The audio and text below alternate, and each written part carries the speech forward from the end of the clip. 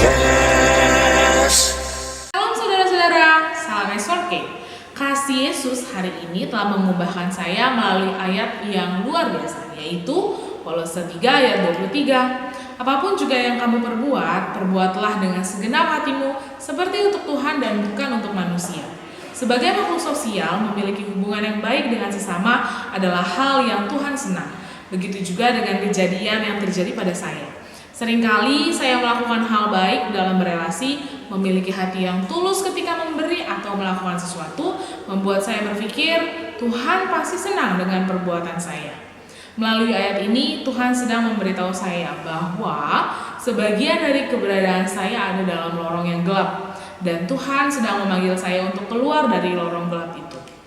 Ketika saya kecewa karena orang lain, baik itu keluarga atau teman, seringkali membuat saya berpikir kembali apa yang menjadi motivasi saya ketika berbuat baik kemarin. Saya merasa yang saya lakukan sudah sepenuhnya.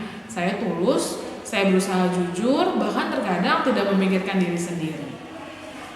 Hari itu, Senin, saya berangkat ke kantor dengan berkendaraan motor. Sebelum libur Sabtu sampai Minggu, saya ingat bahwa bensin di motor saya terisi cukup untuk saya gunakan pada hari Senin. Tidak menjadi masalah buat saya jika orang rumah juga dapat memakai motor tersebut ketika saya sedang libur dan sedang tidak memakainya. Namun kenyataannya terbalik.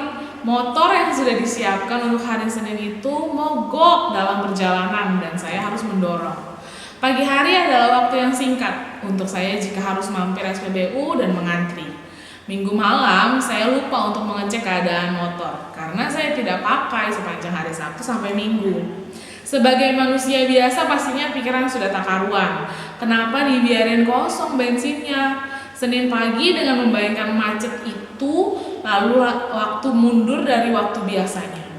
Kejadian simpel yang hanya sekedar memperhatikan bensin motor saya, kenapa sulit sekali dilakukan? Saya berpikir seperti itu.